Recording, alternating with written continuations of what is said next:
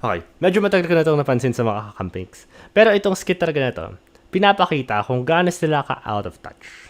Panoorin natin itong video mula kay TPC nga pala. Minsan solid yung mga commentary niya by the way. So, hindi ito indictment sa lahat ng videos niya. Dito lang mismo, sa skate na to.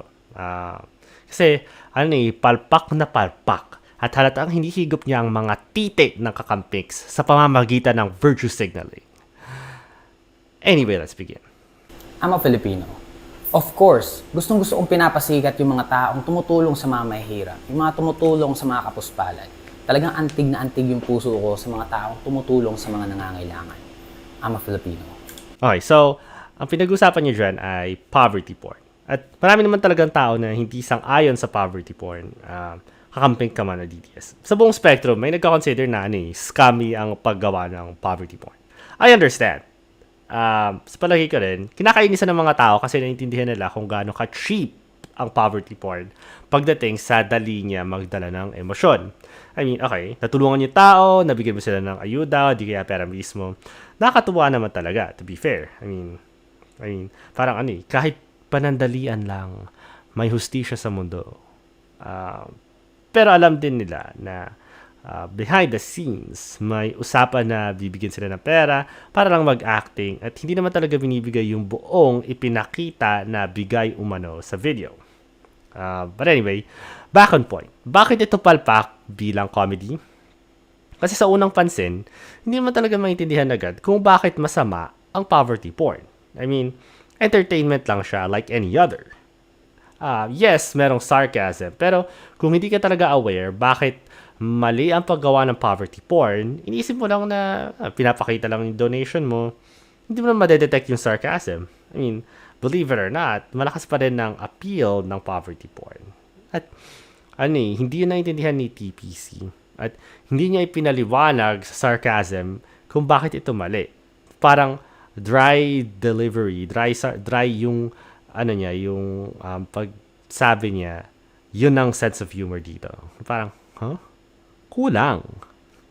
Ikaso, ito ang itong malisyoso dito. I mean, sa palagay ko, sadya to, na puro kakamping sa naman yung audience niya, sa palagay ko.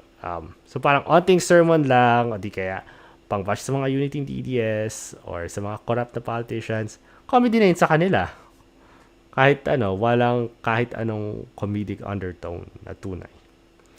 Which brings me to this next clip. I'm a Filipino. Of course, no, pag oras na para pumili ng mga taong mamamahala sa bansa, yung bibigyan natin ng kapangyarihan para magkaroon ng kontrol sa ekonomiya, magkaroon ng kontrol sa mga binibigay na trabaho sa mga Pilipino, magkaroon ng kapangyarihan para gumawa ng strategy upang makaramdam tayo ng ginhawa. Siyempre, ang iboboto ko ay yung mga nakulong na dati.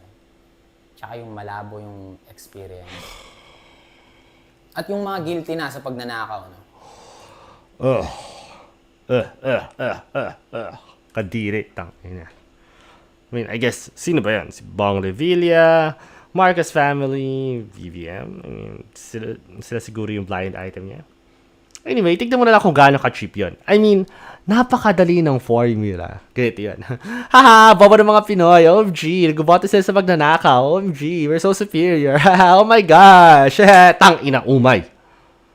Alam mo, napaka-disappointed talaga ako kay TPC na gagamit siya ng basic na kakamping political jokes at yun na ang kanyang skit. I mean, kung nagsisermon ka lang, okay lang, I guess. Pero ang intention niya dito ay comedy. Kaso, kulang na kulang sa comedic effect. I mean, ganito yan. Parang minsan, sa sobrang focused mo sa mensahe, nakalimutan mo na kung paano mo maipapahayag yung mensahe mo ng maayos sa wider audience, hindi lang sa audience mo. At ang isang pamamagitan doon ay yung comedy. Pero dito walang comedy. At ito na talaga napansin ko. Hindi na to pinag-iisipan ng mga kakampings. Masyado silang focused sa virtue signaling at kung ano man yung sermon at ipakita kung gaano sila ka-superior sa iba, wala na yung comedy doon. Wala. Kaya parang nagiging flat talaga. And it's disgusting. It's cheap. It's so ano, it's so mid. Yung term ng mga ano ngayon, Gen Z. So anyway, yun lang masasabi ko. Agree ba kayo sa opinion ko? Hindi. Kung kakamping kayo, pasensya na kung na-trigger ko kayo na sobra, but this is how I feel about this skit. It's so cheap. Anyway, yun lang sa ngayon. See you next time. Hello, kung na-enjoy niyo yung video, maganda kayo like, subscribe sa baba para matulungan niyo ako sa algorithm. Thank you!